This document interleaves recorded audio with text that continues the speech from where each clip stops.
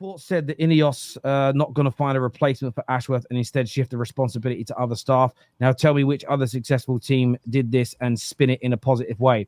This is what I'm going to say, though. I'd have to do more research before answering that about other football clubs. However, what I would say is this. I'm not going to judge it and make an overarching opinion instantly. And I'm going to throw it back to you this way. And this isn't a positive. I just look at it as the way things are. If our recruitment doesn't start to improve, if on the pitch we don't start to improve over the next 18 months, 2 years, not having a sporting director could bite us in the backside. Another component, if you read why he's gone, and I don't think it's necessarily PR, is Ashworth felt kind of sidelined. And this has happened to many a business, including my own. I hired someone once called Taylor, really good lad, to do some graphic design for us in bits and pieces.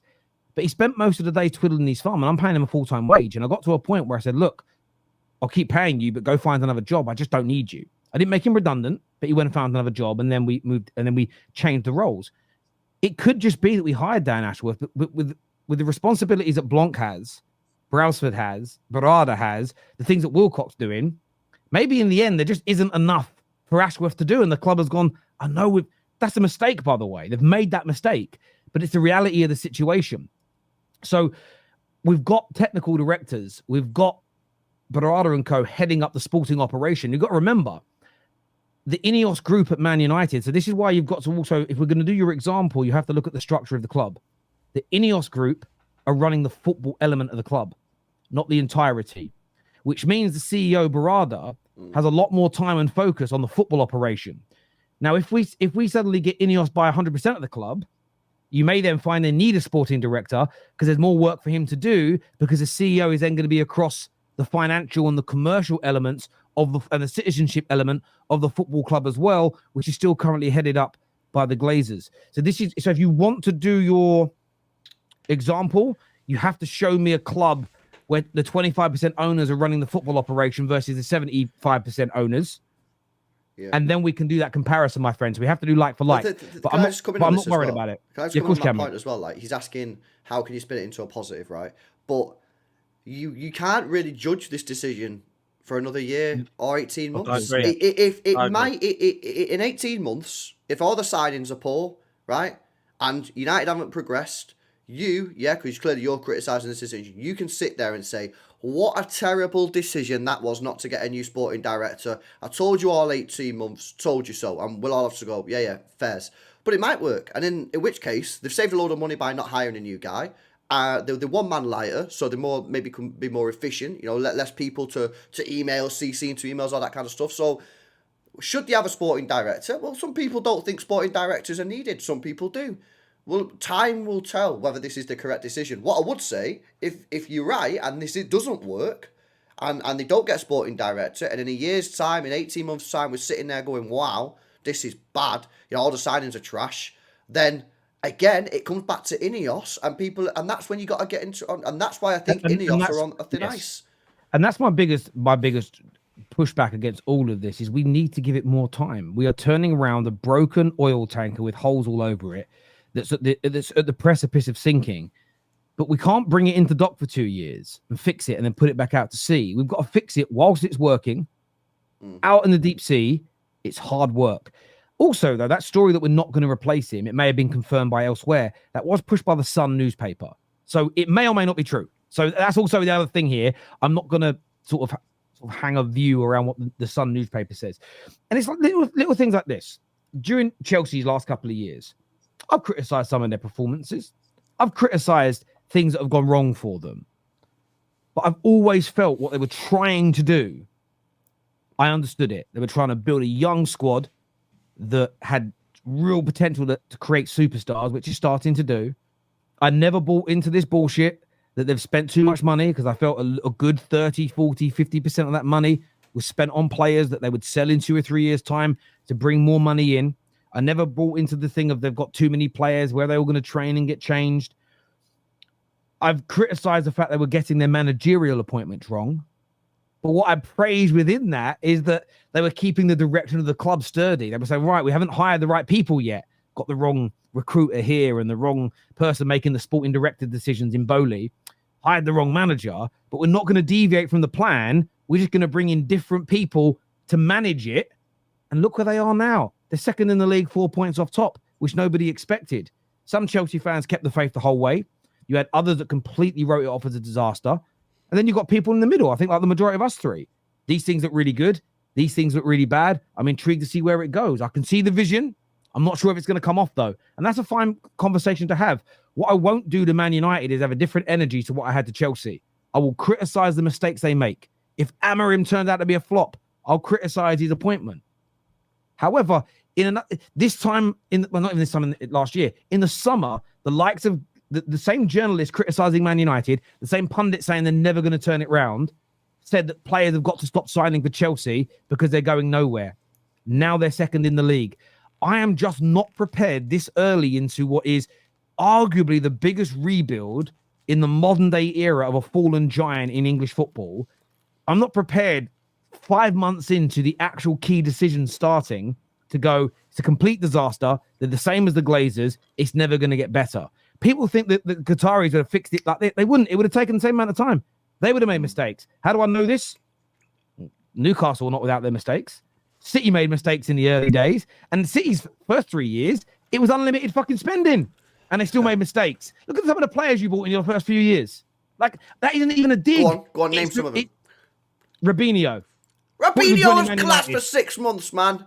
Yeah, but there we go. And that's my point, right? That's not a dig. It's the nature of the situation. Man United fans, I've said it before, it's just like The Walking Dead. Some Man United fans are those people that are dying in season 1 early. They ain't surviving. They're not going to get used to the new world. They're just not going to be able to go through it. They are going to bend over for the rivals, bend over for the media, and start attacking it without giving it a little bit of time. Now, I can't guarantee it's going to be a success, but I'm at least prepared to wait before I make an overarching judgment. Yeah, exactly. So can you bring up Jimmy's comment there in the chat about the structure? He's literally just put it in a moment ago. It might take a second look, because this is an interesting comment from Jimmy. Big up to, I don't know, can you see it? Yeah. So he says there's absolutely zero evidence that anything INEOS will do will prove any form of competency. Structure. It's utterly hilarious. Jimmy, remember I'm a City fan. I completely agree with everything that you've just said there, right? The question for Manchester United fans, and I don't know if you're a United fan or not, right, is what do you want to do here? Do you want to back INEOS, accept that they might make a few mistakes and give them a chance, and maybe give them a few chances before you say these guys don't know what they're doing? Or are you just on them from now saying, like, you've already made a couple of mistakes in a year, 18 months since you've been here, you're terrible, get out? Like, if that's what you want to do, if you want to get on them now and say, I'm not giving these guys any opportunities, I'm not giving them 2 years, 3 years to see if they can realise they made a few mistakes and rectify. If you want to be on them, they're fair dues. I ain't telling you what. But that's the question that Man United fans have to put themselves in. As a United fan, Terry's got to do it as well. You either do what you're saying and just get on INEOS straight away and start cooking them and saying they don't know what they're doing. Or you say, they might have made a few mistakes, I'm going to criticise them, but I'm going to give them 2-3 years. And if they don't improve, even if they feel though, then you get onto them. Even if they feel like you've just said, like, I don't trust these, they can't do anything about it. They might as well just ride it out now, because they're not going anywhere. They can start the INEOS out stuff and all that sort of. But they can do. But did he really want to do that? Did he really want to do that? What you just said though, LB, is so right. There are no guarantees. I think they'll get it right, but I said I think. I'm not guaranteeing it. Equally, I'm very aware it could go wrong. But you said something that's really, really important, where you turn around and went that they've made some early mistakes, and it means they don't know what they're doing. But that tells me people are not researching what real club rebuilds look like and what happens, because it's fairly typical to make mistakes early on. Because you are also bringing into the football club for the first time a sporting director. And although you're getting advice from people and yes, you're interviewing people, there's this element of, this is why I think it's different to the Glazers. They put Woodward in charge, who made continual mistakes for 8 years, but they gave him 8 years of making mistakes. We've had somebody who's come in, made early mistakes, and we've gone, not at the standard, see you later. That's why I don't agree with it can't work. It's the same as the Glazers. For me, it's the complete opposite to the way the Glazers operated. There's also, again, there's lies in here too. Paul English is Terry acting like INEOS or Snow White. I'm going to stop the comment there. I definitely criticize things they've done already just on the show. So you're lying, Paul English. Jamie here says, Terry, we're 13th. We were never this bad until those forwards came in. Again, but what you're looking at, my friend, is the fact that, let me give you an example. If somebody over a 10-year period keeps putting on weight every single year, not going to the gym, eating the wrong foods, they're going to feel like crap at the end of it. You wait till they start eating a bit healthier and go back to the gym. There's going to be a period where they feel even worse. There's going to be a period where they feel even worse than they did when they were just sitting on the couch eating KFC and sweets, because their body's now going through stress and they're uncomfortable and they're clucking and craving all the junk they were eating, and the exercise is hurting them, and their extra weight is making their knees and elbows and shoulders hurt. But you've got to persevere through that pain to come out the other side. And this is what I mean by doing your research, Jamie. You didn't listen to the right people. You've been hoodwinked by idiots online. Most people that understand what this rebuild was going to entail, openly stated, and so Jim said this, Amorim has said this, it could get worse before it gets better, because you've got to strip everything back. Learn to develop some patience. This was never going to be fixed by the appointment of a new manager. Can I never, say this ever, as well ever. on top of this, right? Yeah, the reason why I think United are trash is because Ten Hag he's been your manager all season, right? You should have sacked Ten Hag in the summer, right? Agreed. How long's Dan Ashworth been here? Since when? Officially the 1st of July, but he was doing work before off his, Right, you know so what I mean? Yeah, he's a sporting 1st of director. July. So is it whose choice is it to sack Ten Hag or not? Because I don't think it's INEOS's. They put the people in charge to make these decisions. Well, you put the sporting director in charge. It was Dan Ashworth. That's what it's now been. I mean, that's what they've told us. Unless somebody's so it's got Dan Ashworth's evidence. fault that Yes. United went into this new season with Ten Hag. So that's why they got rid of him. So Then. that's why they got rid of him. So what have they done partly, wrong then? INEOS's job is not to sack managers and hire managers. They've hired people, professional people, to make those decisions for them, i.e. Correct. the sporting director. Now, I think INEOS probably, because I remember that interview that they interviewed the Jim Ratcliffe guy in Monaco, and they asked him about Ten Hag, and the impression that I got is the guy thought he was probably a clown, wanted him sacked. But it's Dan Ashworth's job to make that decision. Now, Dan Ashworth decided to go into the season with Ten Hag. Ten Hag's terrible. United bottom half of the table. He gets sacked. INEOS now have a decision to make. Do they hire someone else? Do they keep with the staff? I don't really understand what INEOS have done wrong in terms of the manager. For me, that is a Dan Ashworth thing, and that's why he's lost his job.